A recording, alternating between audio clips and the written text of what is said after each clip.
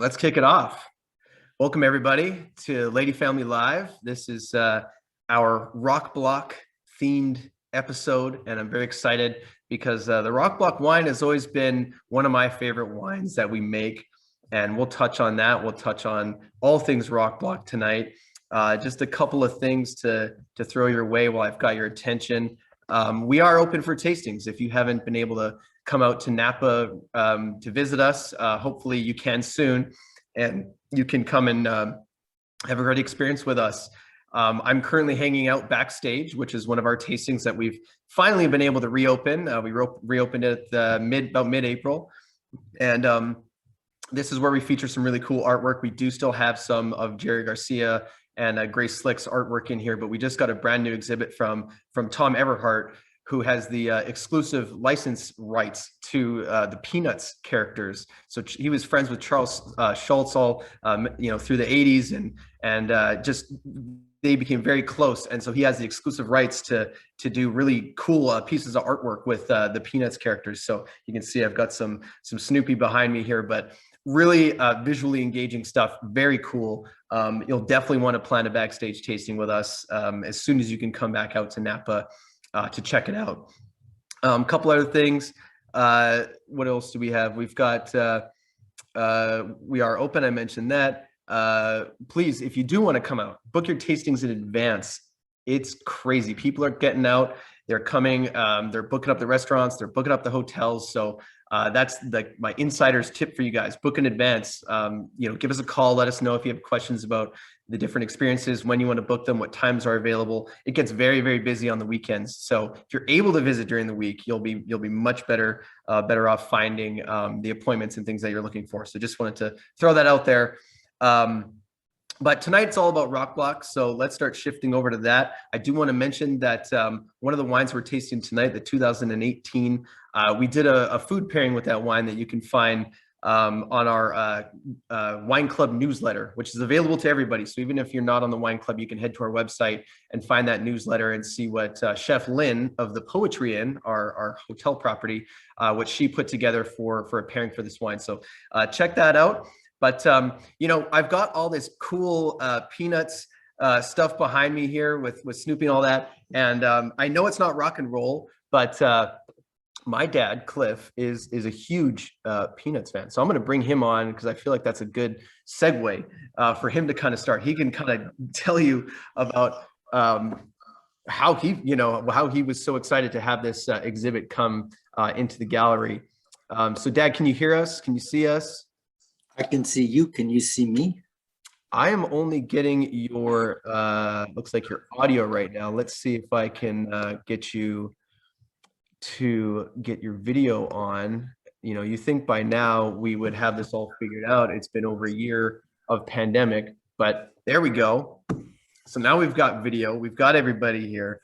So Dad, tell us how excited you were when you saw that this exhibit was coming in.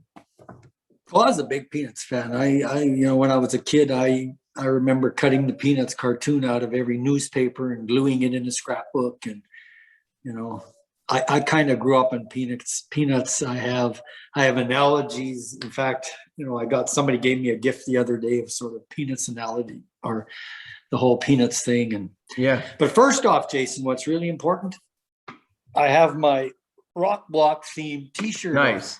This is from the last Roger Waters concert. This is the last concert I attended, which was just pre-COVID. Saw Roger Waters in Amsterdam. And for anybody that's not seen Roger Waters, that's a fan of Pink Floyd, get out there and go. You know why? Because he sings the low parts, so he can still get them pretty good. And then they have these amazing studio musicians that come in and do David Gilmour's parts. And it was one of the most incredible experiences I've ever had. And Copenhagen's kind of a fun place to go to a concert. Sure. There's things you can do in Copenhagen. Right. Well, and make concerts better. It seems like there's things you can do nowadays. Luckily, the world's changing and things are opening back up, and I'm sure we're all excited to get back out to concerts and Bottle Rock. Bottle Rock's coming in back to Napa September long weekend, Labor Day weekend. So we're thrilled for that. Some really great rock and roll artists going to be there. But that's what it's all about tonight. It's about rock and roll. It's the Rock Block theme. And rock and roll has been such a quintessential part of who Cliff Lady Vineyards is and who we are. And it's a story I tell every day here in the tasting room. But for our viewers joining in tonight, what does rock and roll mean to you, and how did you kind of come up with this idea of just infusing it into the winery, and then naming the blocks? Like just give us the background on all that.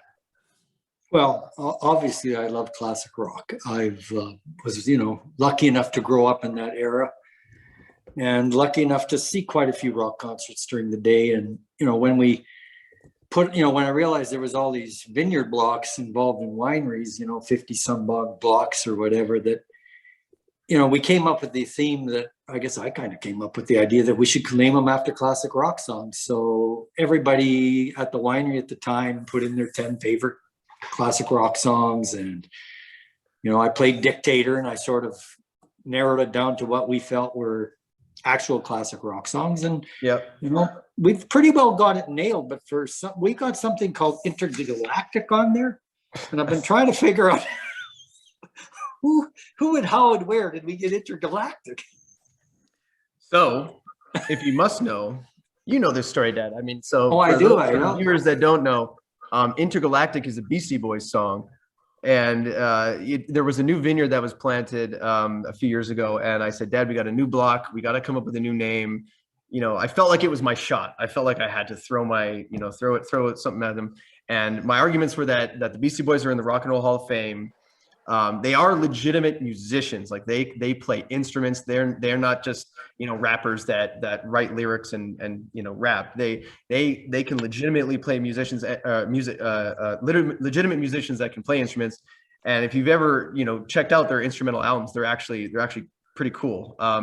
So Beastie Boys had to be on there. And Intergalactic, I mean, that's got to be the coolest name on the map, in my opinion.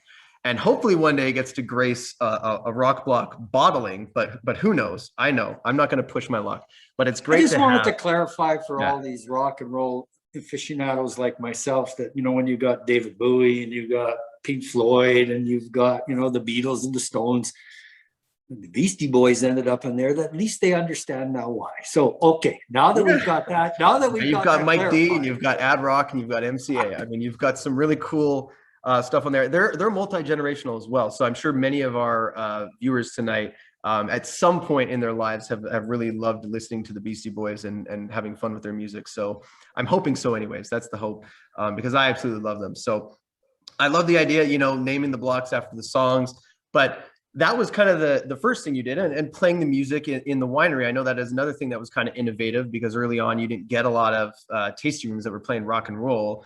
But then you took it a step further and you made this series of wines that we call the Rock Block series, and we pay tribute to the bands and the blocks that are involved in the wine. How did that idea come up? Because I think that one's a little bit more obscure. It's not just like, well, let's throw some music on. I mean, it was like just how did you come up with the idea of blending names together and blocks and the Marshall amp label? I mean, I'm just curious. Tell that story. Well, it's kind of like the chicken and the egg. I'm not sure what came first, the idea of, putting a Marshall stack on a bottle and then coming up with a rock and roll themed name, or the rock and roll themed name and then the Marshall stack. But I remember meeting with the marketing guy at the time, and, we thought it'd be kind of cool. So, we get at the blending table, and, the Rock Block's supposed to be a little more of a vibrant, youthful kind of fun wine than poetry. And we sort of would always, as we were blending, and some of the things that went into poetry that we felt Chris would be better explain this, but that would make kind of be able to pull the cork, and a little more approachable wine, but yet something that could live for 35 years in a bottle. And it just ended up being fun. And one of the highlights of my year is when we do that, and I get a list of the names, and I have to admit I'm a dictator on that. I pick 2 names that go together, and so it's been a lot of fun. Yeah. So I mean, every year you taste these wines, and you find 2 blocks that you feel are really sensational, that really speak to the Rock Block series, I guess. But the wine is always predominantly based off of the blocks that are incorporated in the wine, but it changes every year, right? So I mean, we've had multiple different blocks involved. So, I mean, I guess that's all your creativity as far as, what the name ends up being. I mean, I'm curious, is there like some sort of ritual you go through to like pick the words that you want to put together? Well, first we sage the winery to make sure it's pure. It's like, no, there's not really a ritual. Well, yes, at midnight when it's on a full moon. There you go. It's just, it started out, it used to be the two predominant blocks in the wine. And now we've kind of moved it a little bit away from that. It's still two blocks. They have to be in the wine, but it might be a PV 1 year with a Cabernet, or the names from that. But it will always still be one sort of predominant block. Right. So yeah, if I think, for example, what do we have tonight? Magic Nights, there are blocks on the property that are Petit Verdot, and so you might use that name, but the wine isn't 90% Petit Verdot. So I think that's what you're touching on there. And anyway, I think it's just a really cool, fun idea. And while we're on the topic of the blocks, why don't we pull that map up for everybody? So for those that are curious about the map, they can take a look at that and see exactly what we're talking about, just in case you haven't seen it. And if you ever do want to see this, you can go onto ladyfamilywines.com or cliffladyvineyards.com and see that. But this is our property here in Stags Leap District. We've got just under 60 acres in total and just over 50 planted. We've got everything from hillside on the eastern side of our property. That is what we call the poetry vineyard. That's predominantly that is where poetry comes from. And there are always, elements of that in the rock block wine as well. The vineyard shifts to the west, where you start getting a little bit more Merlot and some of the other Bordeaux blending varietals down here. But, I'm curious, Dad, you got all these songs submitted to you, and, you put this list together of all the songs that you wanted to put on the map. But are there particular songs on the map that have additional meaning to them, that have a deeper meaning to them? I mean, I know, for example, that, Scarlet Begonias, that was Grateful Dead. We got them on the map because Trixie Garcia, Jerry's daughter, has actually been here and tasted the wine. Are there other, stories that you can share with us that tie into that? Well, yeah, we've had a few rock and roll people come. I remember The Edge came. And so Beautiful Day block from you too. Yeah, it was Beautiful Generation 2012. Right. We added AC/DC because the bassist, who also was named Cliff, came to the winery, and at that point in time, we didn't have an AC/DC song. It was pretty embarrassing, to be honest with you. And so it was fun because actually him and I went off for a few minutes together, and I said, "So what song do you think would work on a label?" And he came up with "Shoot to Thrill," and that was kind of exciting. We got an email just pre-COVID that John Lodge from the Moody Blues he'd heard that we have this new vineyard out in Carneros, and he'd heard we'd named it Nights in White Satin, and he was pretty excited about that, and he wanted to come by and see the winery. But unfortunately with COVID, he wasn't able to, but he's going to come this fall. I think we heard from his daughter, and we sent him a case of the wine, and it's John Anderson's been to the winery from Yes. Yep. Yeah, I got to meet him. You met him, yeah. And yeah, that's kind of a big thrill for me. I hate to say, they're just regular people. They're just like everybody. But when you grew up and you saw Yes in the 70s on stage, and it was in the Moody Blue, to see these guys, it's kind of fun to meet them. Yeah, I can only imagine, for someone like growing up, that was the music you listened to. Like if I got to meet the Beastie Boys, I'd be pretty stoked. But I got to meet John Anderson. I got to meet John Anderson here backstage. That was a thrill. And I even got him, something we need to put up here, but I got those albums signed for you from him. And he was thrilled about the Roundabout block. He thought that was really cool. And Magic Nights, our current release, the 2018, that's from the Nights in White Satin block too. So there you go with John Lodge. But I think we've talked enough about the story and the history and the genesis of the rock and roll theme and the rock block series. And I'm sitting here with all these wines open in front of me, and I start tasting them. So I'm at that point where I'm going to kick you off and bring the winemaker on, so we can start talking about wine. And Dad, if any questions come up in the chat, we'll check those at that point. But thank you so much for joining on and we hope to have you on again. So we appreciate your time. All right, thanks everybody. All right, give me a sec here, and I'll get you back into the panel with everybody. So I hate to kick you off completely, but I know you still want to watch. So there we go, Cliff Lede, everybody. Hopefully you enjoyed that little introduction to the story of the rock and roll wines and the Rock Block series. But I'm going to get Chris Tynan on now, our winemaker who made most of the wines that we are tasting tonight. He let's see here, we'll get him on here. He made the 15, 16, 17, 18. He's been with us since 2012. Let's see, I probably have to go and get his video started. But we're going to taste some wine. So here we go. By the way, everyone, I did put a comment in the chat there, but I'm glad to see everybody's chiming in and saying hi and letting us know what you're tasting. Please continue to do so. If you have questions, please throw them in there. We'll try to get to them at the end of the session here. But Chris, welcome to the program. Thanks for taking the time to meet with us tonight. My pleasure. It's always hard. Your dad's always a hard act to follow, so I'll do my best. Well, I'm lucky. I just get to kind of talk to you guys because you're kind of the ones that do the whole show here. I just have to ask questions, so it's my pleasure. But we're going to taste some wines tonight. So I think we'll kick off with 2007. I think that makes the most sense. I've got the Imagine Rhapsody right here. I'm going to pour a little of that.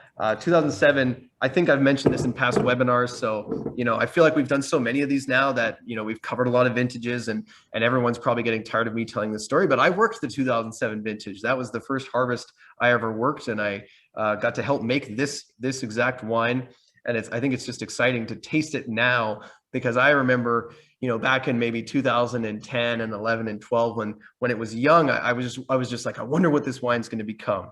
I wonder what it's going to be one day, when I'm 35, which now I am, and taste it. And it's like, it's just incredible. I mean, there's just a lot going on here. It's like, it feels to me like it's just hitting that plateau, where it's just like in the perfect zone, and it'll probably stay there for a while. What do you think, Chris? Yeah, I agree. The 07s were generally considered a big, powerful vintage, and that they needed time in the bottle. And so those that were patient and stuffed a little bit in the cellar and hid it away, I think they're going to be rewarded with a really nice wine. It's finally become really integrated, and you've got a little bit of those secondary characteristics with a little pretty leather, new leather, and earth and loam, but there's also tons of fruit with blackberry and cassis, and everything's just really nicely balanced in that wine, I think. Yeah, like I said, you're just at the top of the plateau, and it's got a long life ahead of it. Yeah, I feel like there's still a ton of structure and like tannin profile there. I mean, it's very true to Stag's Leap, and it has a softer, more supple tannin. But I would say another 10 to 15 years of enjoyment on this wine. I'm not an expert, but having seen how this has taken a long time to just really get to a good point and be drinking like it is now. Yeah, and I don't know if there's that much left of this. So what a pleasure to enjoy it. Absolutely. Should also mention to anybody watching, if you do visit us before the end of May, we are featuring this lineup in the backstage tasting. So if you're still thinking of coming out to Napa anytime soon, if you can get here before the end of May, you'll get to taste all 5 of these wines back to back, including the 07. So that is a fantastic bottle of wine. But Chris, you didn't make that wine, so I know you don't know it super well. So I want to transition now into the 15 through 18, and I want you to kind of tell us about the personality of these wines and just anything about the vintages that you can remember that were specific. 2015, another important year for me. That's the year I started working at the winery. So I'm glad that we're having some really cool vintages here like that. But 2015, Moon Fantasy. So, yeah. Dark Side of the Moon block, which sits that's just south of the tasting room, really. Yeah. Everyone usually takes pictures with that signpost that we have when they come visit us. And then Dear Mr. Fantasy, which is over on the Poetry Vineyard. Right. Both those blocks kind of share the share a common type of soil. It's just they're both really rocky, really gravelly. 2015 vintage, if you recall, was a kind of one of the last of the drought vintages. So we didn't get a lot of rain in the winter. And so everything kind of warmed up in the spring a little fast, which ended up being great because we had a long growing season. But smaller crop, very small berries. And when you taste this wine, you can really sense that vintage characteristic. It's super powerful. It's still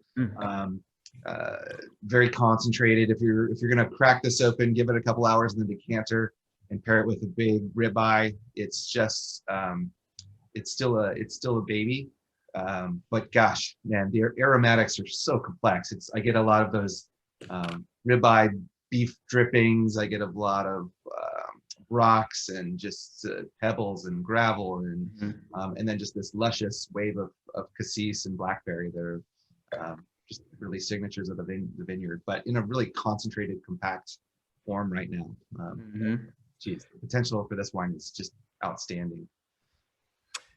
That's something I've noticed in having tasted this lineup when we first launched it here in Backstage for the month of May. I noticed that this almost seemed like one of the younger wines. Like it seemed like it just has such a density and a structure to it that, I mean, I wonder when this is going to be hitting that, that peak. I mean, this is probably more for, collectors that want to have something in their, age for another few years, I would think. Exactly. Yeah. And it's almost like the 07s were when they were babies. There's just that power that's just simmering underneath the surface, and it just needs a little bit more time to really shine. I think that as opposed to the 07, which is kind of up on its plateau a little bit, this is still on it's still gaining and integrating and just a baby, just a wonderful baby. And did you always feel like the 15s were like that? Because I mean, I felt out of the gate they were always pretty, like, I don't know what the word would be, like just like kind of more muscular and a little bit more like focused, maybe like the fruit profile is kind of like just really dark fruit. And as you were mentioning, do you feel like that was something that's characteristic of that vintage? For sure. I think the smaller crop yield, the vines vines are pretty smart. They know that when it's a dry year, they're not going to be able to produce as much fruit, and so they're just going to put up what they can ripen. And so I think we were probably down 15 to 25% in some blocks. So that means there's less fruit to ripen, and the berries were much smaller, which means more skin to juice contact ratio. And so what comes out in the wine is going to be a lot more. There's going to be more skin tannin, and there's going to be more flavor, and there's going to be more of everything. So, which you can see in the wine. It just needs a little bit more time because there's so much there, which is. Or I mean, if you like powerful wines, if you like wines that are great with like a big piece of steak or something, like just something that kind of really gives you that oomph, that amplitude, like that's where I'd steer you. I'd steer you towards the 2015. Cool. Exactly. Well, that's tasting great. And I mean, hey, maybe when I'm 45, I'll be raving about how much I love where this is gone. We'll do a webinar then, or maybe by then we'll have microchips and we'll be, doing virtual reality, or who knows at that point in time. But let's go to 16. Let's go up. So we've got 2016 Soulfire, and one thing I'll mention about this wine. This was the new label, or the cleaned up label that we launched back in 2016. So it's got the really fresh look, and I really love how they did the gold panel with the knobs all going to 11. Of course, that's the tagline we have on the back of the bottle. The top capsule is the dial that goes to 11, and I'm sure if you have this wine at home, you've seen this, and hopefully you know what this is. But it's a dial that's turned to 11. It's a tribute to the movie Spinal Tap, where the fictitious band is talking about how their amps can go to 11. They can go one louder than anybody else's, and that's what makes them special. But check that movie out, Spinal Tap, if you haven't seen it. It's hilarious. But anyway, 2016. Chris, what do you think about the gold Soulfire? So Heart Full of Soul and Light My Fire blocks, right? So again, we're talking Poetry Vineyard and Valley Floor Vineyard, right? Exactly, kind of a mix like the 15, but quite a different vintage weather-wise. The drought year was over. We got a lot of rain in the late fall, late winter. So our reservoirs were refilled, all the soils were refilled, recharged. So the vines were a little bit more happy. They weren't so stingy with the fruit in 2016. Not a massive vintage either. It's just really one of those beautiful California balanced vintage with moderate heat spikes, a really moderate summer. It was a kind of when a winemaker isn't forced to make a picking decision or a viticulture decision. It's one of the pleasures of being in California is you get those vintages where you can just let the fruit ripen very slowly, very evenly. Picking decisions are very methodical and easygoing. And I think that's kind of reflected of this wine. It's already just really lush and plush and expansive and already a little more integrated maybe than the 15 right now, but still a rock block wine, still powerful, still fun, still sexy.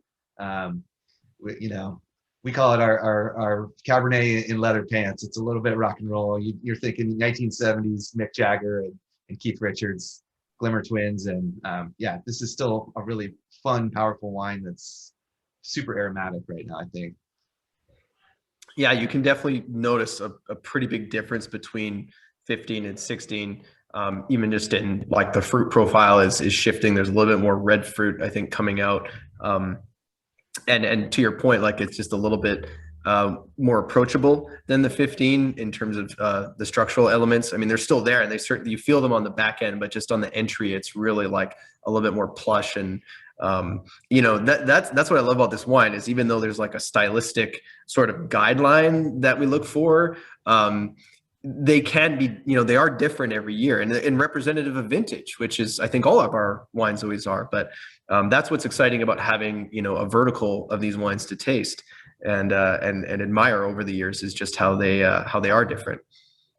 Yeah, and I think that's one of the great things about having vintage variations is that, one night, like you said, you might want that powerful 15. You might just be ready to have something that's just powerful and just explosive. And then on another night, you might want like the 2016 that's just a little bit more subtle and just a little bit more integrated and elegant. And if you know these things, if you listen to us, and you can kind of pick the wine out and match it perfectly for the evening. So morning, the case may be wherever you are. Yep. Awesome. Well, with 16 being maybe I always like how you talk about vintages in that, like, there's great vintages and then there's great vintages. But for you, it's more, there are maybe tough, like some easier vintages, right? And 16 maybe being one where you had the ability to kind of pick when you want and things like that. 17 now moving into that vintage, bit of a different story, right? This was a different year than 16 was. And there were some challenges there. I absolutely love the 2017s, and we're pouring a lot of them now in the tasting room, and they're all being very well received for a vintage that got a lot of press, obviously. But where do you think, if we're shifting into the Dancing Heart now? So Dancing Heart, dancing in the dark and closer to the heart. So again, poetry and Twin Peaks Vineyard coming together. What do you think about 17? Any notes on that? If you were to tell me which one of these wines would you drink tonight, I think this one would be probably my go-to right now. I mean, it's just integrated already. It's showing really beautiful. It's really, really just lovely. This is a vintage that we kind of we had to use all of our winemaking tools. We did because it was a warmer vintage throughout the season. We did get a heat spike on Labor Day weekend, which got above 100 degrees. And that really caused us to go back in the vineyard and drop a lot of fruit. Anything that was out in the sun that got a little too hot got dropped off. And then when we brought the fruit into the winery, we really did a triage on selection with our optical sorter. So pulling off as much as 10, 15, 20% of the fruit that just wasn't perfect, we kept that to the side. That went to the compost pile, and we were left with just the beautiful little berries that were perfect. And so all that hard work, all that triage, we don't tell Cliff how much we sort sometimes because he might get a little mad, but he knows in his heart of hearts that he wants to drink good wine, and in the toughest years, one of the toughest years in Napa Valley in the last 20 years, I think we've made one of our best wines with this rock block. I mean, it's just really, really luscious and gorgeous and already pretty and beautiful. Yeah, there's a little bit like fresher characteristics too. I've always found, which I've enjoyed. Some vibrancy maybe is the point. And you know, this is kind of the first one we've talked about with the optical sorter. And you know, I think we take it for granted. We know what all these things are, but everybody watching probably doesn't have an idea what you're talking about, or maybe they've never, you know, seen one in action. So can you kind of explain what an optical sorter is and how that machine works? Sure. So in the past, we've done sorting just by hand with massive amounts of people along the sorting line. So the grapes will come in at night and we'll throw the clusters. The clusters will get sorted, any leaves pulled out, any clusters that aren't perfect. And then after those, we go to the destemmer and the berries would come off. And then in traditional times, we would go and have other people sorting through the berries. Starting in 2012, we've been utilizing an optical sorter, wonderful technology from France that uses an optical camera to take a picture of each berry that comes off the destemmer, analyzes it in a split second, and decides whether it's of good quality or bad quality, which we determine from the settings.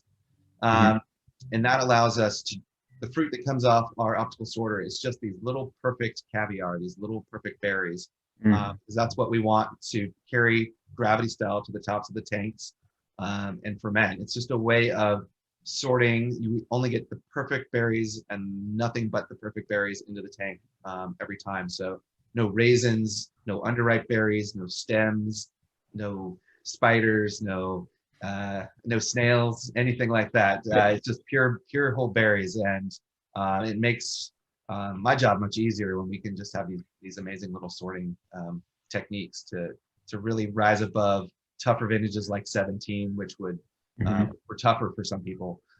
It allows us to get the fruit in, sort it very quickly, and into the tank as rapidly as we possibly can, because we work so hard all summer to grow this perfect fruit. We capture all those wonderful flavors and delicate aromas, and you see that reflected in this wine where it's if this is the toughest vintage Napa can throw at us, I think we're going to be in good position long term to make consistently good wines every year. And getting the fruit, I mean, because it gets picked and, you know, we've got it, you know, waiting to be processed, but getting it like into the tank as fast as possible, that's a huge advantage, right? Like the quicker you can get things in, you know, there's a lot of things that go on with that. Maybe you can touch on them, but it's like oxidation, and you don't want the fermentation to begin. And I mean, I think I want to just stress that point, how important that is to like get that in and how fast that machine works. That's what blew me away when I first saw it. Yeah, as soon as you pick those grapes, Mother Nature is starting to degrade them. So oxygen is getting in contact with the grapes. So the longer those berries sit around, if they get crushed or smushed, the juice will come out and oxidize, and we take pains to only pick into small boxes, and if we pick into larger boxes, we fill them very lightly. So there's none of the fruit gets disturbed before we get it to the winery. And so, yeah, we put so much effort into making this wine that because if we don't, we make poor wine, and nobody wants to drink poor wine. We don't want to be sitting here talking about mediocre, crappy wine. We want to be drinking. Life's too short. So yeah. Well, Cliff's not going to put his name on mediocre, crappy wine. So exactly, that's for sure. That's why it's a pleasure to work here, because we really Cliff sets the bar high, and we try to meet that and exceed that every year. So that's on. I think I taste that wine. I'm really happy. I'm really proud of that 17. I think it's wonderful. And, you know, congratulations to you and the winemaking team for achieving what you've done. I mean, they were critically acclaimed wines. People loved them. I mean, they're, like I say, they're going over great here. And, you know, you wouldn't even know that it was a challenging vintage for you guys, because they are just drinking so great. I agree with you. You know, out of everything on the table, that 07, you know, that 07 might be my wine that I have to take home tonight. But I do really love the 2017 and where it's at right now. But I feel like, you know, going from 17 to 18 now, it's like Mother Nature almost was like, okay, you know, I know last year was tough, but here's 2018 now.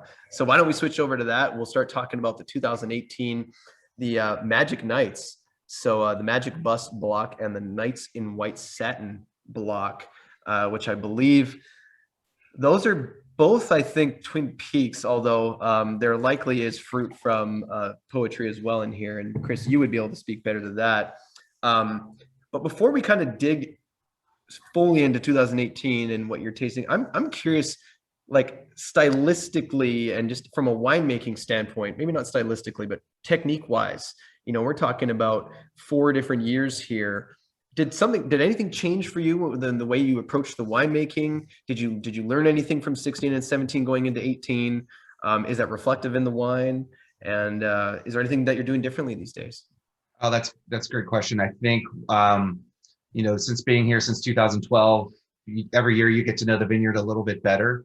And I think what the changes in the rock blocks over the years is more of a reflection of the vintage, and some blocks are going to be poetry.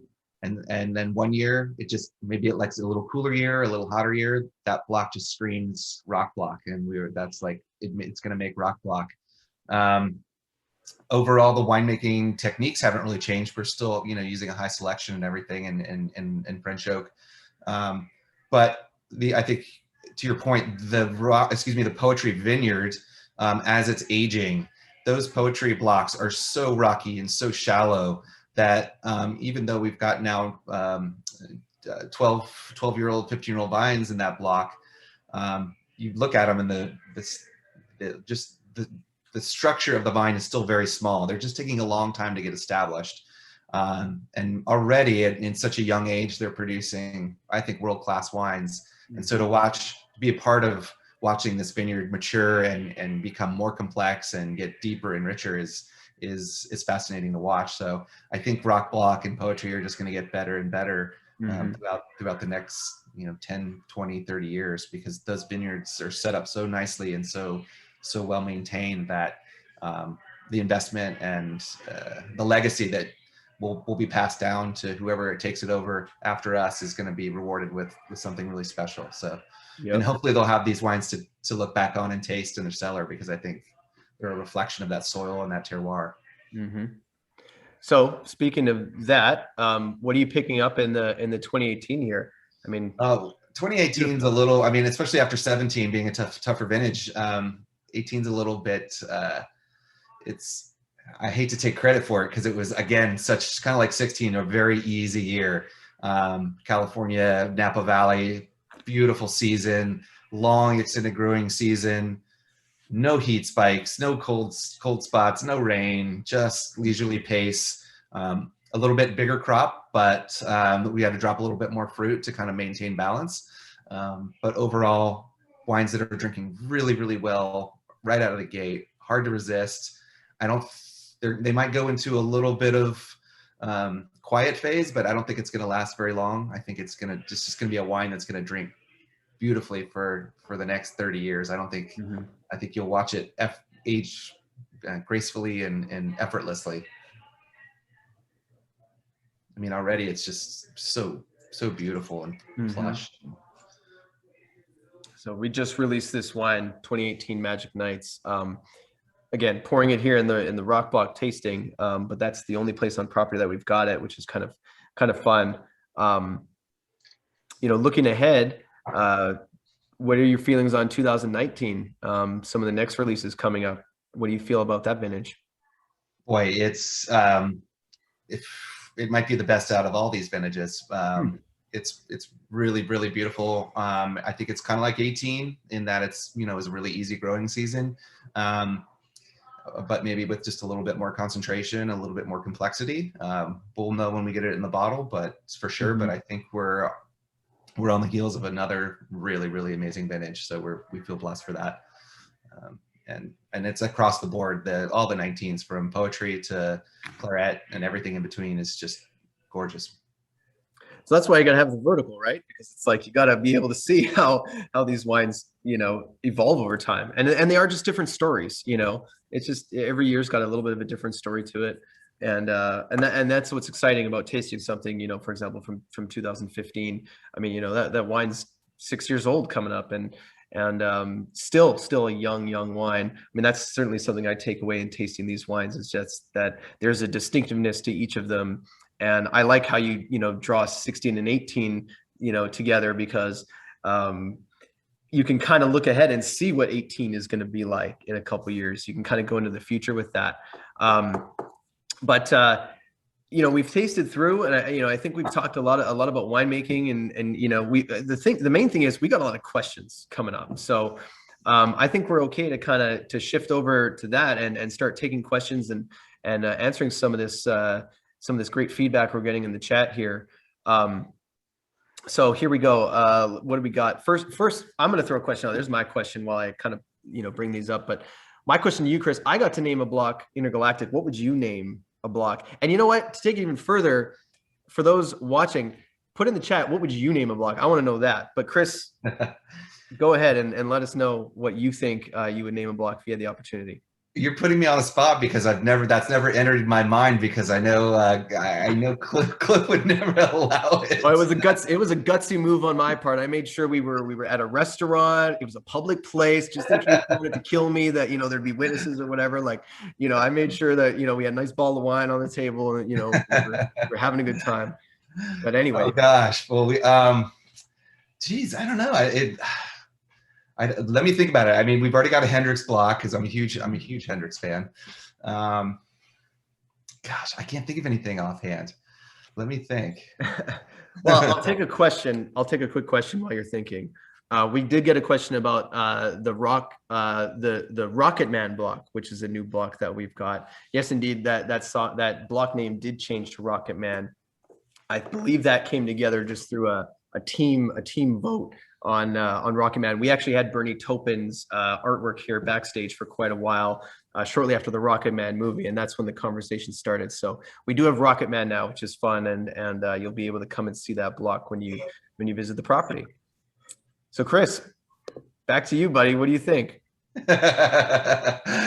Oh gosh, how about something from how about Moonlight Mile from Rolling Stones? I think that's Sticky Fingers, or is that Exile on Main Street? I forget, but that's a good. Moonlight Mile is a great a great song for something maybe at the very top of poetry. You know, when we've got the moon coming up over the horizon, and you've got the miles of Silverado Trail below us. So I'll go with that. Great. So I hate to, like, you know, kind of put a damper on the party a little bit, but you know, this is a question that came up, and maybe many of our viewers are aware, but maybe they're not. 2020 vintage. We're not making one. So Chris, I mean, I don't know if you have a couple of quick sentences you want to share about 2020, but it's kind of a sad note. Yeah, the only highlight is that we've got all this great wine, and we've got great 19s as well, but the 2020 vintage was marred by fires that occurred even before anything had been picked. So even our white grapes were compromised. And so instead of passing off mediocre or you know, tainted wine to you guys, we decided to anything that we picked and we made, we sold off as bulk wine very early on. We knew it wasn't going to ever make good wine, and so unfortunately we won't have any 2020 to sell. The fortunate thing is we have a cellar full of great 18s and 19s to sell, and 2021 is looking good too. So we'll see what the finish holds for us this year. But yeah, unfortunate. It was brutal for a winemaker to not make any wine for an entire vintage. So, but you just got to keep moving on. We're farmers, so if the crop doesn't work this year, we got to plant and try again next year. So that's just what we're doing. Yep. Should also mention that our sister property, Fell Wines, was spared from that fire, from the smoke taint and whatnot. So we will have some beautiful wines coming out of the Anderson Valley from our sister winery. So 2020 isn't a complete write-off for Lede family wines, but unfortunately for Cliff Lede Vineyards, we will not be making any wines. So yeah, grab those 18s and 19s because they are great, and they're gonna be able to fill that hole in your cellar for a while. Got a question about, what grapes go into poetry, and are there designated vineyards for that wine? So I'll quickly say we do have the Poetry Vineyard, which is our hillside vineyard. We do call that Poetry. But Chris, maybe you can touch on more about, are there vineyard blocks within the Poetry Vineyard that are designated for poetry, that maybe always make the cut for poetry, or does it kind of just vary from year to year?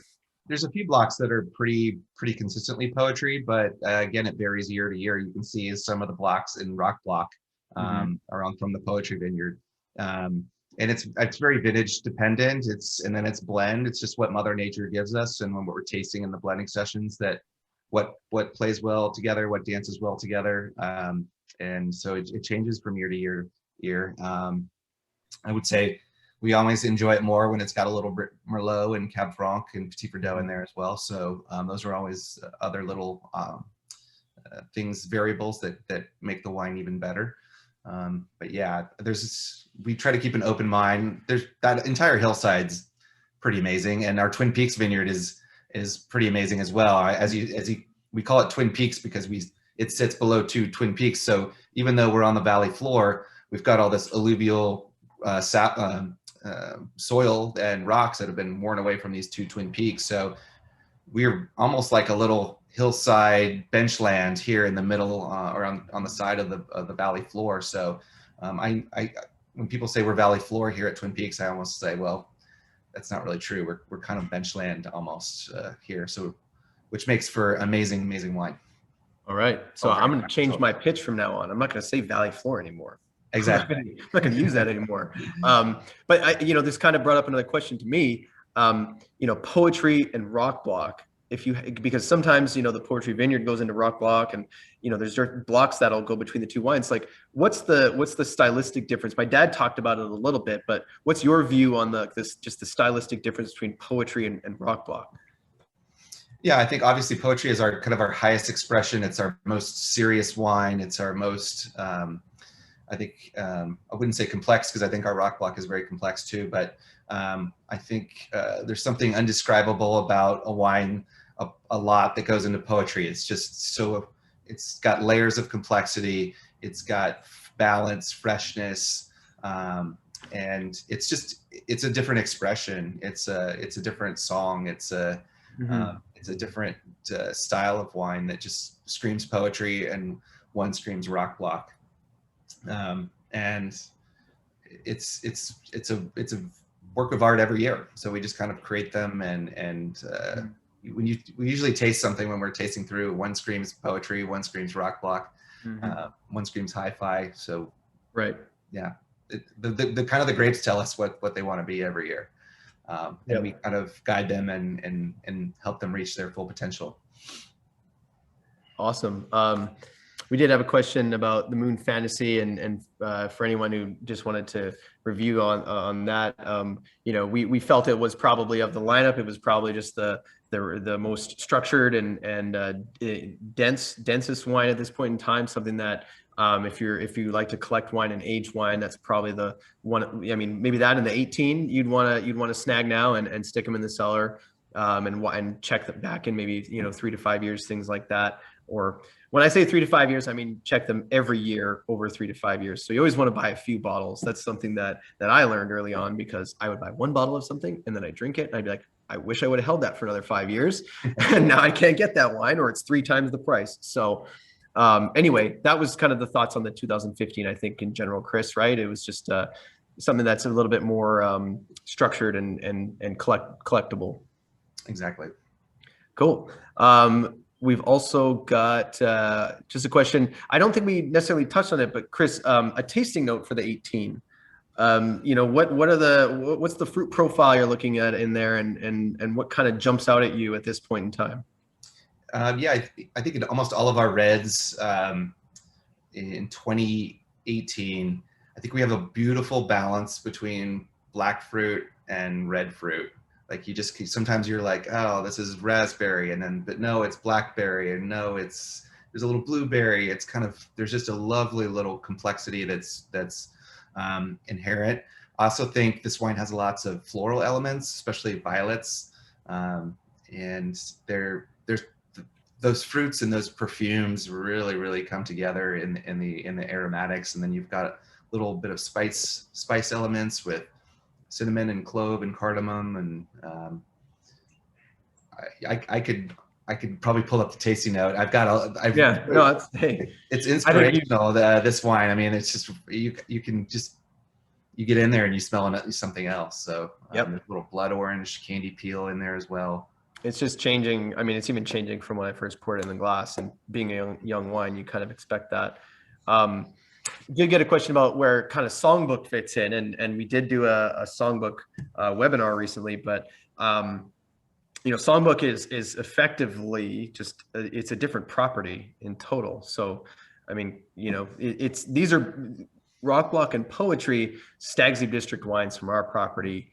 Chris, songbook, I mean, that's just, it's a totally another animal. Yeah, that's a blend of Thorbulos and Madrona Ranch, and those are two vineyards that are farmed by David Abreu. And so that's kind of an expression of what he does, his vineyards, and what we do together, kind of joining hands in a handshake, and and different expression, completely different terroir than Stag's Leap District, and its own unique thing. It's still a blend of Cabernet, Merlot, Cab Franc, and Petit Verdot, but a different expression of Napa Valley for sure. Cool. Well, I think I covered most of the questions, but I want to, you know, go through some of the songs that people threw out there. We've got a "Smells Like Teen Spirit" suggestion, which we actually have on the vineyard, and that came shortly after Dave Grohl visited the winery. He actually just like popped in out of nowhere, and the guys in the tasting room were thrilled. And I wasn't in the tasting room at that point in time, so I didn't get the chance to meet him. But they tell me stories about it all the time, and how he just kind of came and was like, "I want to do a wine tasting," and my dad got to meet him and whatnot. But we ended up going with a Nirvana song to kind of give a shout out to Dave Grohl. So "Smells Like Teen Spirit" is there. Ants Marching, Dave Matthews, that's a great suggestion. Currently don't have any Dave Matthews. Blister in the Sun, we play that song all the time on the playlist, but it's not currently a rock block. Tumbling Dice, that's one I don't know. Same with Jungle Land. I don't know Jungle Land. Might have to look that one up. Boston, I don't think we have any Boston at this point in time. Velvet Underground, we don't have, but Sweet Jane, that's a great song. Give Me Shelter, we've got lots and lots of Stones. My dad's a huge Stones fan, so you know, I'll tell you from my perspective, when it came to, okay, you can name a block after a Beastie Boys song, it was like, okay, well, there's like 20 songs I would want to use, but it's like, how do you narrow it down? So Give Me Shelter is a great suggestion. But we've got, you know, I Can't Get No Satisfaction, Sympathy for the Devil.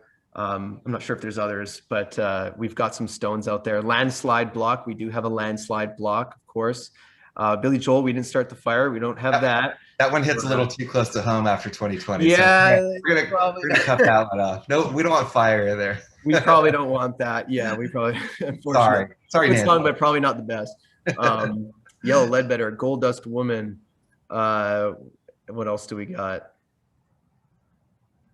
Lots of great stuff, guys. Lots of great stuff. But unfortunately, it is pretty tough to get Cliff to bend on the rock block song. So, we've got, you know, we need some female rockers, of course, female rockers. We actually just added Summertime from Janis Joplin. So there you go. We do have some representation out there. And all great suggestions, guys. All great suggestions, and we'll see. Maybe one day, you know, there'll be a new block that we get to name, and we'll come up with a cool way to do that. But maybe not. Maybe Cliff will be, like you said, so he'll be the dictator, and he'll just say, "Nope, this is what it's going to be, and it's my decision, and that's that." But anyways, I think that concludes our night. It looks like we've got through most of the questions, and I don't want to take anyone else's time. Oh, there we go. Jungle Land is Bruce Springsteen. So we do have Bruce. We have Dancing in the Dark. So we do have some Bruce Springsteen on the map. But that's it for us, I guess. Chris, I want to thank you for joining on. Always appreciate your insight into everything, into the wines, and just, you know, being able to describe what's going on in the bottle to the level that you do is something that I don't have that ability. So I appreciate you. You're an expert in what you do. And congratulations to you and your team for just continually crushing it every year and just making fantastic wines. And kudos to our vineyard team as well, who's giving you the ability to do that. So that's it. We're going to sign off, guys. Everybody watching, come visit us, come say hi. We'd love to see you. If you need any wine, give us a call, shoot us an email. We're happy to send some of these wines out your way.